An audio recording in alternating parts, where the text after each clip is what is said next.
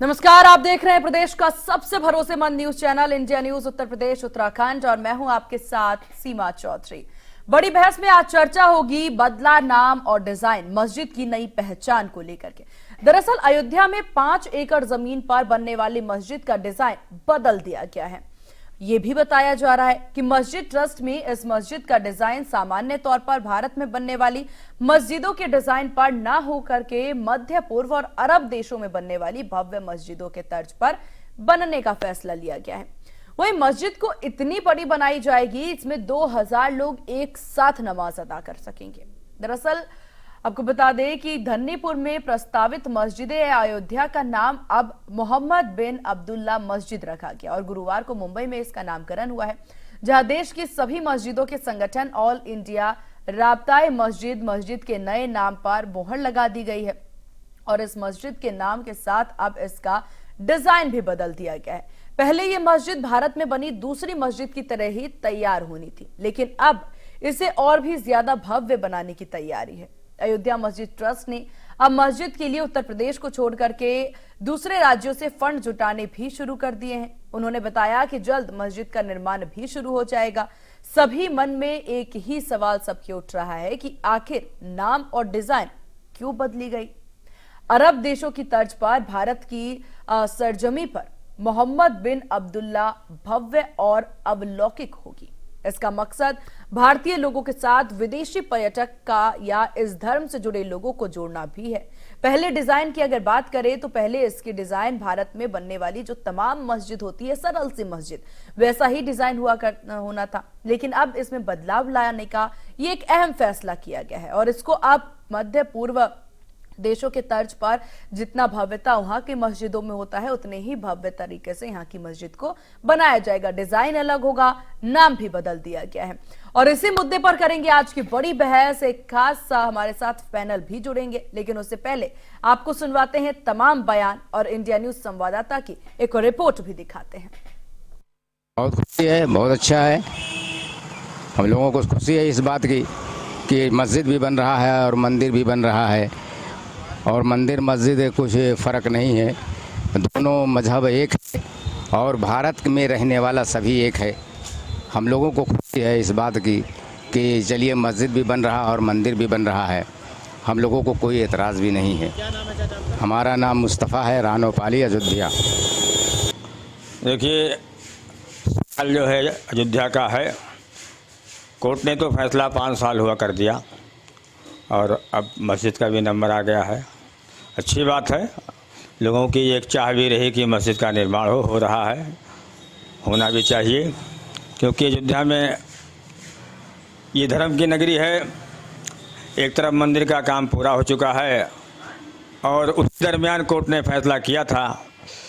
आज जो है मस्जिद का जो है काम शुरू हो गया है और नक्शा भी आ गया है, पास भी करा लिए हैं, तो अच्छी बात है। अगर बन रही है तो लोग जो है, लोगों की एक राय भी रही, लोगों की एक चाह भी रही कि मस्जिद में काम शुरू होना चाहिए। वो जो है आज वो काम पूरा जो है हो चुका है। तो लोग मस्जिद का नाम हजरत मोहम्मद बिन अब्दुल्ला के नाम से रखा गया। देखिए, मस्जिद का नाम मस्जिद है और मस्जिद का एक जो है अपनी खुद की पहचान होती है। किसी का भी नाम रखा जाए अच्छी बात है, क्योंकि नाम से ही लोग पहचाने जाते हैं, नाम से ही जानी जाती है। जिसका नाम अच्छा होता है उसका दुनिया में काम भी अच्छा होता है। बनाई जाएगी। देखिए, इससे पहले भी हमने कहा था कि हमारे देश की जो परंपरा है, मंदिर, मस्जिद, चर्च, गुरुद्वारा, ये सब की अपनी खुद की पहचान होती है। तो अगर गुंबज नहीं रहा तो मंदिर जो है मस्जिद नहीं होगी। इसलिए जो है उनको भी इस बात की मजबूरी थी कि गुंबज नुमा जो है नक्शा बनाएं, जो है बनावें और उसी तरीके से नक्शा पास करावें जो हमारे देश की परंपरा है, हिंदुस्तान की जो परंपरा है। मंदिर, मस्जिद, गुरुद्वारे की अपनी खुद की पहचान है, तो पहचान के साथ में उसका निर्माण होना चाहिए। देखिए, ये सब जो है मर्जी अल्लाह की होती है। जब तक उन्होंने चाहा तब तक हमारा खानदान और हम खुद भी जो उसमें लगे रहे। अब जो है ऊपर वाले की मर्जी नहीं है तो हम वहाँ नहीं हैं। हमें इस बात का कोई इतराज़ नहीं, ना उसमें हम कोई जो है इस बात का इतराज़ करते हैं कि हमें नहीं रखा गया, हमें कोई इतराज़ नहीं। क्योंकि इज्जत जिल्लत जो है वो इंसानों के हाथ में है, अल्लाह के हाथ में है। जिसको चाहेगा जहाँ चाहेगा वहीं रखेगा। तो हमें इस बात की खुशी है, अगर हमको नहीं रखा तो हम इस बात से खुश हैं कि आज हम उससे जो है उसके करीब नहीं हैं। लेकिन अयोध्या है, अयोध्या धर्म की नगरी में है और जो है अपने ईमान पे हैं।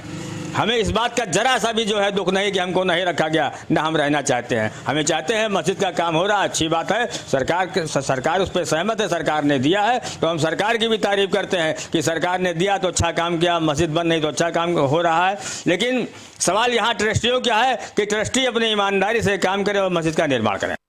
अच्छी बात है, गवर्नमेंट ने उनको जो है मस्जिद बनाने के लिए ज़मीन दी है धन्नीपुर में, तो बहुत अच्छी बात। लेकिन ये हमारे यहाँ जो राम मंदिर बन रहा है ये हमारे आराध्य का है, आज नहीं, जो है लाखों साल पुरानी ये मंदिर है और ये अयोध्या नगरी है।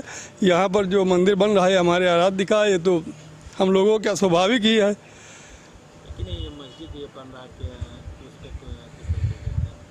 ठीक है, उनकी भी आस्था है। वो गवर्नमेंट ने जो उनको ज़मीन दी है वो भी अपनी आस्था के अनुसार मस्जिद बनाए, कोई उसमें हम लोगों को कोई आपत्ति थोड़ी है।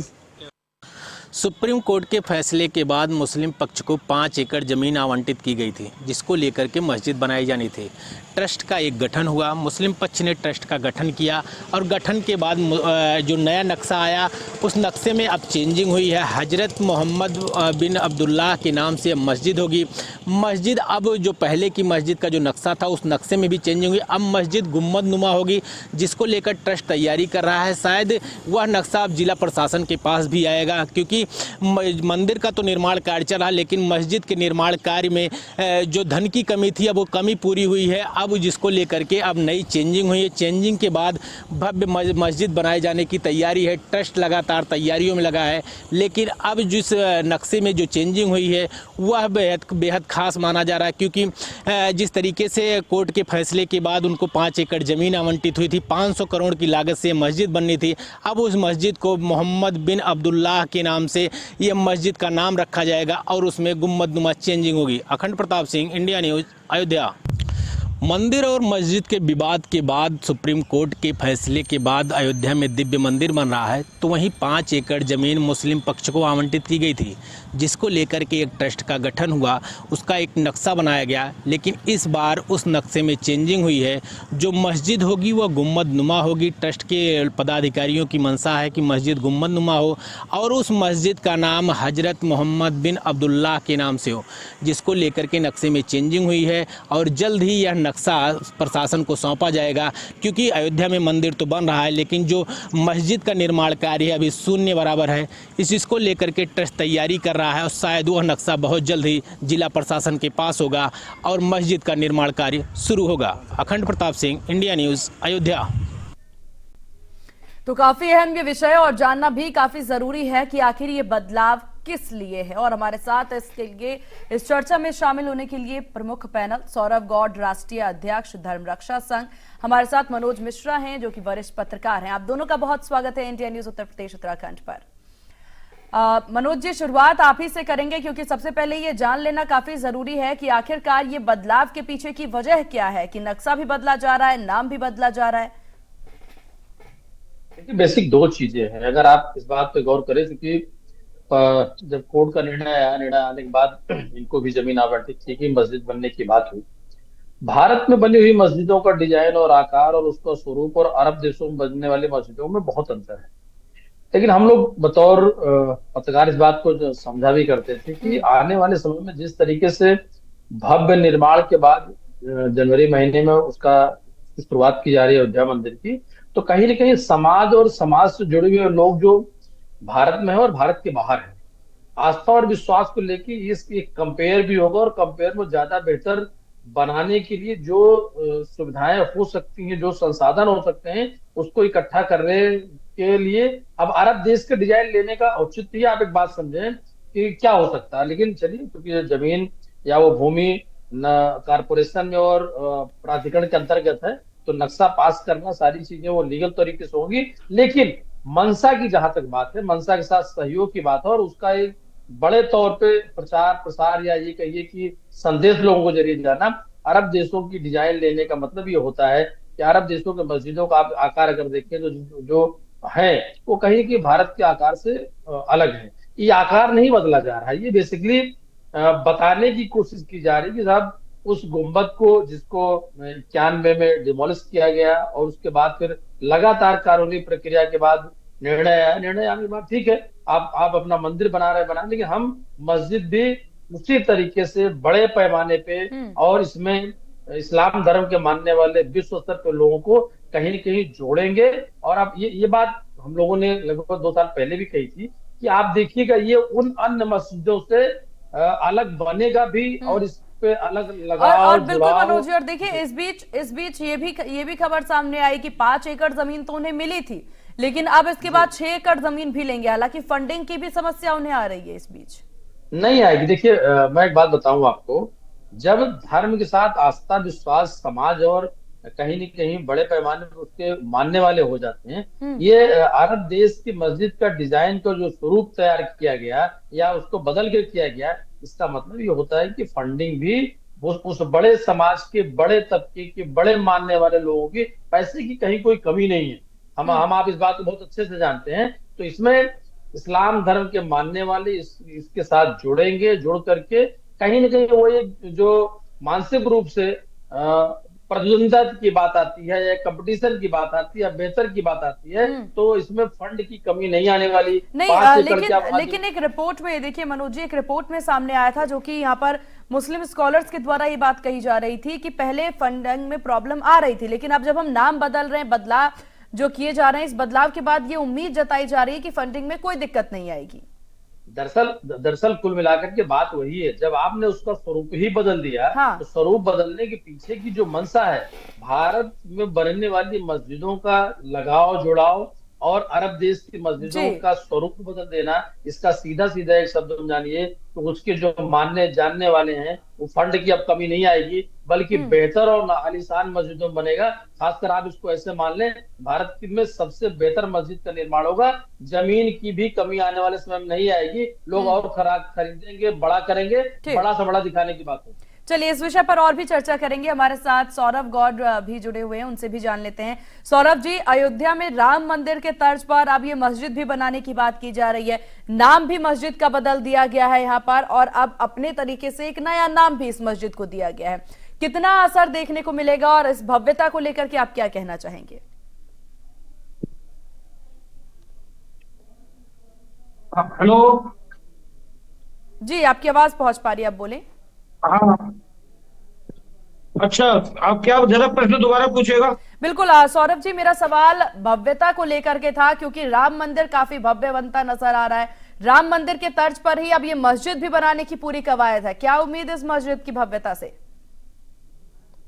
देखिए, सबसे पहले तो मैं जो इस मस्जिद का विचार लेकर हमारे जो हाजी अरफात शेख आए थे पहली बार, जिन्होंने इसकी एक परिकल्पना सोची और उसके बाद जिस तरीके से प्रोग्रेस हुई इस मस्जिद के नाम को लेकर, इसके काम को लेकर, इसके नक्शे को लेकर, तो फाइनली जब इन्होंने मोहम्मद बिन अब्दुल्ला मस्जिद इसका नाम रखा, तो हमें बड़ी प्रसन्नता इस बात की है कि बाबर का नाम इस मस्जिद से पूरी तरीके से हटा दिया गया है। हम हिंदुओं को, सनातनियों को जो सबसे बड़ी तकलीफ हुआ करती थी वो बाबर के नाम से होती थी, जो कि एक भयंकर अत्याचारी व्यक्ति था। मगर अब दुनिया में बहुत कुछ बदल रहा है, तो इस्लाम में भी बहुत कुछ बदल रहा है। इस्लाम पंथ में भी अब उदारवादी लोग आगे आ रहे हैं, और ये एक इस्लाम के उदारवादी लोगों का दुनिया का सबसे बेहतर नमूना बनने जा रहा है। और हम उम्मीद करते हैं कि वास्तव में जितना भव्य और दिव्य हमारा अयोध्या में राम मंदिर बनने जा रहा है, उसी प्रकार से इनकी ये मस्जिद भी बहुत भव्य और दिव्य बने, और जितना सहयोग इसमें हमारे सनातनियों का होगा हम देने के लिए तैयार हैं। बिल्कुल, और इसी एकजुटता की उम्मीद भारत देश से की जाती है। सौरभ जी, लेकिन देखिए, बात मस्जिद की जाए, मस्जिद में कई सारी सुविधाएं देने की बात भी कही गई है, चिकित्सा सुविधा, कुछ सामाजिक स्वस्थ यहाँ पर सुविधाएं, और साथ ही साथ सेक्शन यहाँ पर सुविधा की बात भी की गई है। क्या ऐसी चीजें राम मंदिर के आसपास भी देखने को मिलेगी? नहीं, बिल्कुल, देखिए, जब सुविधाएं होंगी तो जिस सड़क का इस्तेमाल राम मंदिर के लिए होगा उसी सड़क का इस्तेमाल इस मस्जिद के लिए भी होगा। मतलब क्योंकि राम मंदिर को 1-2 किलोमीटर सड़क में तो वहां पे विकास नहीं होगा। विकास होगा तो एंटायर पूरे फैजाबाद अयोध्या जिले में होगा। तो सारी सुविधाएं जो राम मंदिर के लिए हैं वो सारी सुविधाएं इस मस्जिद को भी प्राप्त होंगी।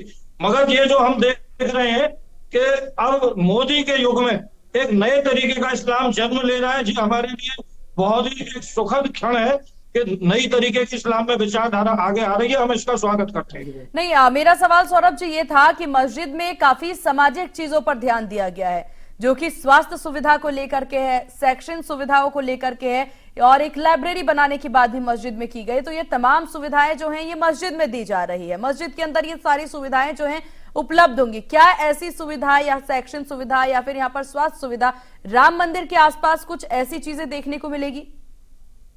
अरे, इससे भी कई गुनी ज्यादा सुविधाएं राम मंदिर के आसपास मिलेंगी। राम मंदिर के आसपास तो आपको इतना कुछ मिलेगा देखने के लिए, इतनी सुविधाएं मिलेंगी कि जहां आप लोग हम लोग सोच भी नहीं सकते।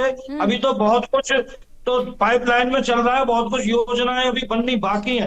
राम मंदिर का तो एक तरीके से आदर्श मंदिर बनने जा रहा है, क्योंकि ये हिंदुत्व की पुनर्स्थापना का मंदिर है। ये राम मंदिर नहीं है, ये एक तरीके से हमारे सनातन की पुनर्स्थापना है। तो सारी सुविधाएं यहाँ पर होंगी। चलिए, ठीक है, ठीक है। मनोज जी, सौरभ जी ने यहाँ पर एक काफी अहम चीज कही है, एकजुटता की बात यहाँ पर कही, और साथ ही साथ अब इस बात पर भी ध्यान देने की जरूरत है मस्जिद के डिजाइन को लेकर के जो ये बड़ा बदलाव किया गया है। हालांकि आपने इस बात पर भी गौर किया कि ये बदलाव इसलिए किया गया है ताकि ज्यादा से ज्यादा लोग इसे लेकर के आकर्षित हो। अरब देशों को यहाँ पर कॉपी किया जा रहा है, लेकिन इस मस्जिद की अगर बात फंडिंग की जाए और पूरे बजट की जाए, क्या उम्मीद जताई जा रही है इस बजट को लेकर? क्या यहाँ पर सरकार के पास भी जाया जाएगा या फिर पॉलिटिकल यहाँ पर मदद भी कयास जताए जा सकते हैं? नहीं, देखिए, दोनों चीजें हैं। अयोध्या का राम मंदिर और अयोध्या में ही बनने वाला बाबरी मस्जिद की जगह नए नाम पर पैगंबर साहब का जो मंदिर बनने जा रहा है, जहां पर जनमानस की बहुतायत और आस्था विश्वास के साथ में भीड़ का और एक तीर्थ स्थल का आना जाना शुरू होता है, तो चाहे वो प्रदेश सरकार हो चाहे केंद्र सरकार हो, इन चीजों का लगातार विगत 5 से 10 वर्षों में आप कॉरिडोर की बात कर लें तो ये तो कारण ये है कि उससे चीजों में विकास होगा और विकास और पर्यटन का एक बड़ा माध्यम बनेगा।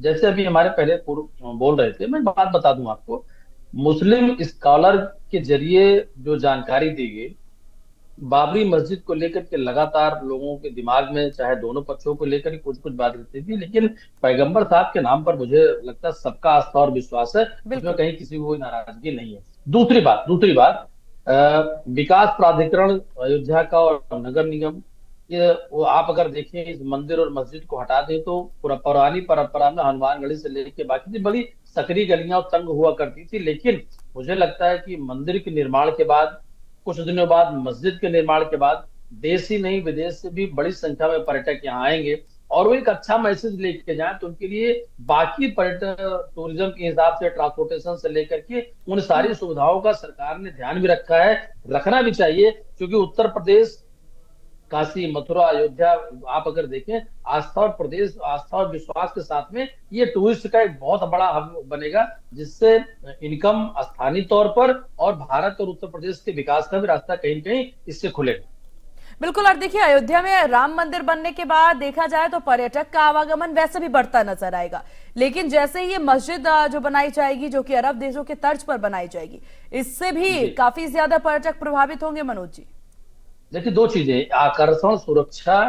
आकर्षण होता है उस देवस्थान का, तो वो किसी भी धर्म का हो, सुरक्षा देना सरकार का काम होता है, और बेहतर अगर सड़कें बेहतर होंगी, लोगों के टॉयलेट से लेकर रहने आने जाने की व्यवस्था बेहतर होगी, लोग सुरक्षित होंगे, यही तो है सरकार का काम और सरकार की बेहतरी। मैंने इसीलिए कहा कि अयोध्या के साथ जिस तरीके से करोड़ों हिंदुओं की अगर आस्था विश्वास है, वैसे करोड़ों मुसलमानों का भी विश्वास है, तो देश और विदेश से आने वाले समय में इसके तैयार हो जाने के बाद दोनों धर्मों के मतलब टूरिस्ट के बजाय ये कहीं दोनों धर्मों को मानने वाले लोग यहाँ आस्था विश्वास के साथ अपनी पूजा और अपना सजदा करने आएंगे, तो सरकार अयोध्या को, योगी सरकार खासकर, केंद्र में मोदी सरकार खासकर, अयोध्या के विकास को लेकर के, उनकी सड़कों को लेकर के, आसपास वहां होटल और बाकी चीजों को लेकर के बहुत चिंतित और लगातार काम दिख भी रहा है। मैडम, अगर आप विगत 3 4 साल 5 सालों में अयोध्या जाएं तो अयोध्या जिस तरीके से बदल रही है, बन रही है। अभी आप देखिएगा दीपावली आने जा रही है,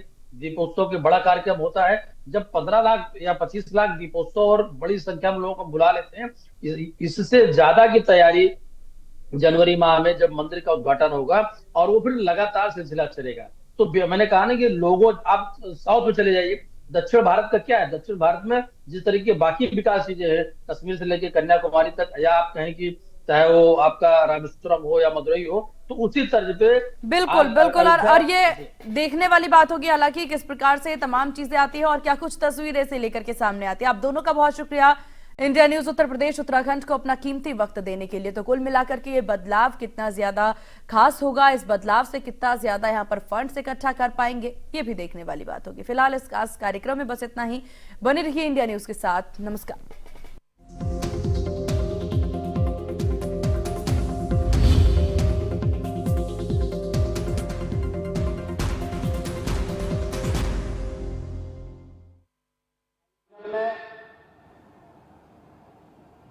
आज का ये सम्मान समारोह जो वास्तव में केवल अमेठी नहीं बल्कि भारत की प्रतिभाओं के सम्मान का समारोह है, इस सम्मान समारोह की आयोजक, संयोजक, लोकप्रिय सांसद और केंद्रीय मंत्री माननीय श्रीमती स्मृति ईरानी जी, भारतीय जनता पार्टी के प्रदेश के कर्मठ अध्यक्ष माननीय श्री भूपेंद्र चौधरी जी,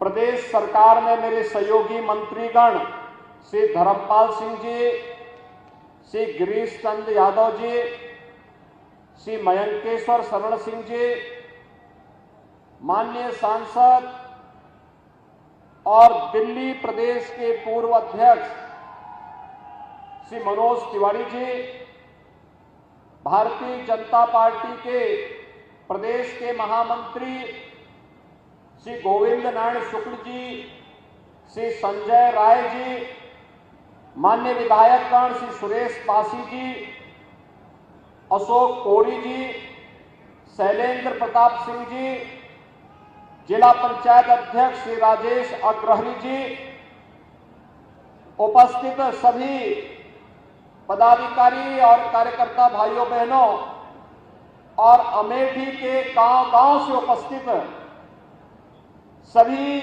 विभिन्न खेल प्रतियोगिताओं के प्रतिभागी और पुरस्कार प्राप्त करने वाले सभी खिलाड़ीगण, मैं सबसे पहले आपकी लोकप्रिय सांसद श्रीमती स्मृति ईरानी जी को इतने भव्य आयोजन के लिए हृदय से अभिनंदन करते हुए सांसद खेलकूद प्रतियोगिता के प्रदेश के पहले आयोजन को यहां की स्मृतियों के साथ जोड़ने के लिए हृदय से बधाई देते हुए उन सभी प्रतिभागी खिलाड़ियों को, जिनकी संख्या अब तक की रिकॉर्ड तोड़ रही है, वह है 1,11,000, इन सभी खिलाड़ियों का भी हृदय से अभिनंदन करता हूं और बधाई देता हूं। भाइयों बहनों, इस प्रकार के आयोजन आज से पहले एक सपना हुआ करते थे। याद करिए, जब प्रधानमंत्री जी ने खेलो इंडिया खेलो की बात देश के खिलाड़ियों के प्रति प्रत्येक युवा को शारीरिक रूप से फिट रहने के लिए जब आह्वान किया था, पूरे देश के अंदर खेलकूद की प्रतियोगिताएं बढ़ती गई। आपने देखा होगा यही सिलसिला आगे बढ़ा फिट इंडिया मूवमेंट के माध्यम से, और फिर तीसरे संस्करण के रूप में सांसद खेलकूद प्रतियोगिता का आयोजन। यह एक नया अनुभव था और गत 3-4 वर्षों से आप देख रहे होंगे हर संसदीय क्षेत्र में आयोजन होते हैं।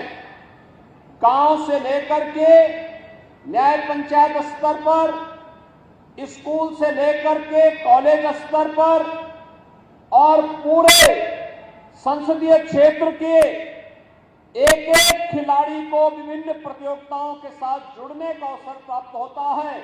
और अब तक पहले चरण में हम लोगों ने देखा कि सैकड़ों की संख्या में प्रतिभाग करने वाले खिलाड़ी थे। दूसरे संस्करण में हम लोगों ने देखा कि संख्या हजारों में गई और आज तो अमेठी ने रिकॉर्ड तोड़ दिया कि 1,11,000 खिलाड़ी प्रतिभाग कर रहे हैं।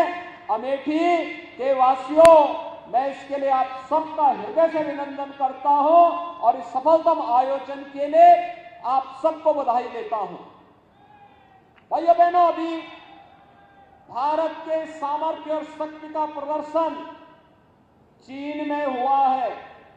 एशियन गेम्स में जब भारत के खिलाड़ियों ने सेंचुरी पार की है, पहली बार, आप याद करिए कि पहली बार 107 मेडल देश के खिलाड़ियों ने जीते हैं प्रधानमंत्री जी के प्रोत्साहन फलस्वरूप। ये भारत के सभी युवा खिलाड़ी थे और उसमें भी 25% मेडल ऐसे थे जो उत्तर प्रदेश के खिलाड़ियों ने जीते थे देश के लिए। याद करिए, जब वहां पर उत्तर प्रदेश के खिलाड़ी जो भारतीय टीम का हिस्सा थी और एथलेटिक्स के क्षेत्र में जब उसका प्रदर्शन की बात आई तो वह खिलाड़ी पहले चीन से पीछे चल रही थी, लेकिन अंतिम 30 सेकंड के अंदर उसने खेल का पासा पलट करके रख दिया। और जब उससे पूछा गया कि आखिर अंतिम समय में ये कैसे आपने बाजी मारी है, तो उस खिलाड़ी ने एक बात कही थी, प्रधानमंत्री जी का प्रोत्साहन और उत्तर प्रदेश सरकार के द्वारा खिलाड़ियों के लिए की जा रहे कार्यक्रम, डिप्टी एसपी की नौकरी प्राप्त करनी है, इसलिए गोल्ड मेडल लेना आवश्यक था। और भाइयों बहनों, उत्तर प्रदेश सरकार भी तय कर चुकी है। गोल्ड मेडल पर प्राप्त करने वाले हमारे जो खिलाड़ी हैं, हम राज्य की तरफ से तो उनको 3-3 करोड़ रुपए की सहायता दे ही रहे हैं। एक सम्मान समारोह के साथ करेंगे और डिप्टी एसपी का पद भी इन खिलाड़ियों के लिए अभी से तैयार बैठा हुआ है। जब कहेंगे तब उनको नियुक्ति पत्र भी जारी करेंगे। आज उत्तर प्रदेश में हमने प्रधानमंत्री जी की प्रेरणा से 500 खिलाड़ियों को नियुक्ति पत्र जारी किए हैं, जिन्होंने अलग अलग प्रतियोगिताओं में, अंतर्राष्ट्रीय प्रतियोगिता में, राष्ट्रीय प्रतियोगिता में, वर्ल्ड चैंपियनशिप में जिन्होंने मेडल जीते थे और वे लोग नौकरी के लिए इधर उधर तलाश रहे थे। हमने एक साथ विज्ञापन निकाल करके अब तक 500 खिलाड़ियों को नियुक्ति पत्र हम दे चुके हैं। और मैं फिर कह रहा हूं कि नियुक्ति की कमी नहीं है और प्रतिभा की भी कमी नहीं है। हमें भारत के सामर्थ्य को प्रधानमंत्री जी की लीडरशिप में वैश्विक मंच तक पहुंचाना है। और इसलिए सभी खिलाड़ियों को फिर से मैं आह्वान करूंगा कि हम सब पूरी मजबूती के साथ कार्य करेंगे।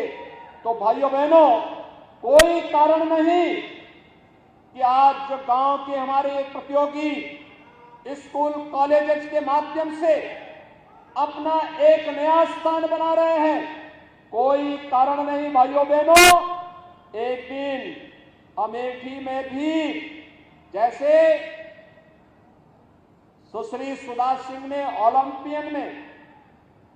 ओलंपिक में मेडल जीत करके न केवल अमेठी बल्कि प्रदेश और देश का नाम और गौरव बढ़ाया, ऐसे ही एशियन गेम हो, कॉमनवेल्थ गेम्स हो, ओलंपिक हो, वर्ल्ड चैंपियनशिप की किसी प्रतियोगिता में यही खिलाड़ी जाएंगे और यही खिलाड़ी स्थान प्राप्त करते हुए फिर जनपद, प्रदेश और देश का नाम आगे बढ़ाने का कार्य करेंगे। इसके लिए अनेक प्रतियोगिताएं हुई हैं और मैं आज के इस अवसर पर इस बारे में कहूंगा कि राज्य सरकार ने पहले से तय कर रखा है, हर गांव में खेल का मैदान हो, हर विकास खंड स्तर पर एक मिनी स्टेडियम हो, हर जनपद स्तर पर एक स्टेडियम का निर्माण हो, गांव-गांव में ओपन जिम का निर्माण हो, महिला मंगल दल और युवक मंगल दल को स्पोर्ट्स किट उपलब्ध करवाने के कार्यक्रम, जिसके क्रम में अब तक 80,000 युवक मंगल दल और महिला मंगल दल को स्पोर्ट्स किट उपलब्ध कराए जा चुके हैं। भाइयों बहनों, आज के दिन पे संसाधनों की कमी नहीं है, केवल पहल करके लोगों को जोड़ने की आवश्यकता है। और इसी जुड़ाव की दृष्टि से एक आदर्श उदाहरण अमेठी संसदीय क्षेत्र में आप सबके सामने प्रस्तुत किया है।